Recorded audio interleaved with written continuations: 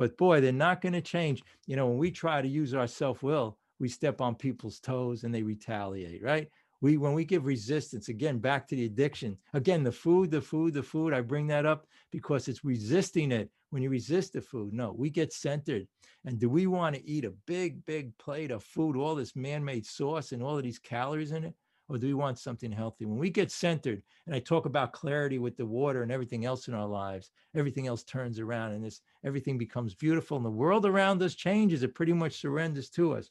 So pretty much I covered that's the sick man prayer. That's called 6667, page 63. It talks about, if we offer ourselves, just surrender. Step 3, it's all about the steps.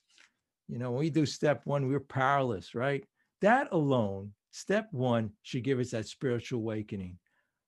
And if you're going to, like, people go to meetings and they're talking at the meetings and they're going on about this problem, that problem. If I go to a meeting and talk about my problem, I'm saying it's a reality. So if I'm saying to you, I'm mad at my mother-in-law, my sister, my brother, whoever it is, my boss at work, I'm saying to you, hey, look, this is a reality. I should be upset.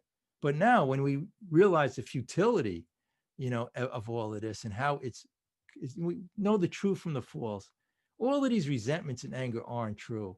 The way we know it just causes misery. And the way we know it is because it just doesn't matter. All of these things, look, it doesn't matter. All our little thinking and plans and designs in life, we're carrying the world around our shoulders. We want to be the center.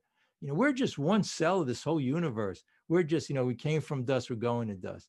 But in every cell is the whole universe. You ever think of it that way? In every little cell in our body, and I use that example of the dew on the ground in the morning, a drop of dew. If you look at it, you could see the whole reflection of the whole universe, right? It's all in here. The answer is here. I always use that phrase too. There's nothing anybody could teach you. You could go to 100 teachers, you could read 100 books, you could have sponsees tell you what to do, because there's nothing anybody can teach you that we don't already know. The answer is here. That's why when I have a problem, I can't go to somebody and ask them the answer. I get centered and intuitively talks about 9-step promises. We'll know the answer to our problems. 9-step promises. And why don't you just go to that quickly on page 84? We'll go to actually the 10th step and finish up with that, where it says on the bottom of page 84, and that spiritual awakening, because there's no more ego, we stop fighting anyone or anything. The first sentence says there, for this time, sanity was returned. So I had to realize the insanity, how insane I was. I always thought it was everybody else out there who was insane. But now I realize when I react to people, I'm much more insane than they are if I let them control me. We recoil from a hot flame.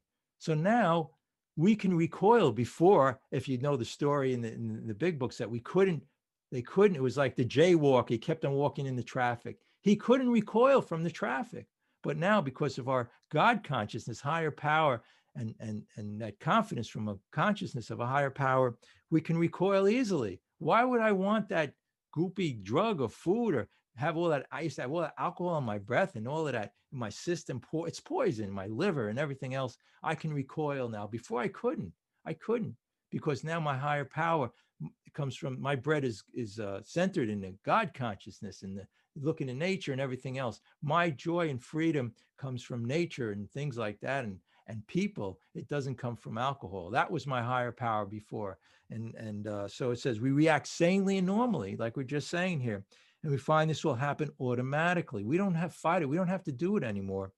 We will see that our new attitude towards liquor or food or people has given us without any thought or effect on our part. It just comes. Wow. That is the miracle. People don't believe in miracles, but I'll tell you, it's a miracle in my life when I see people work these steps. And if you do it right here, right now, you'll be reborn in thinking. The transformation will happen. We feel as that we have been placed in a position of neutrality, safe and protected. This step 3 says, just feel protected by a higher power.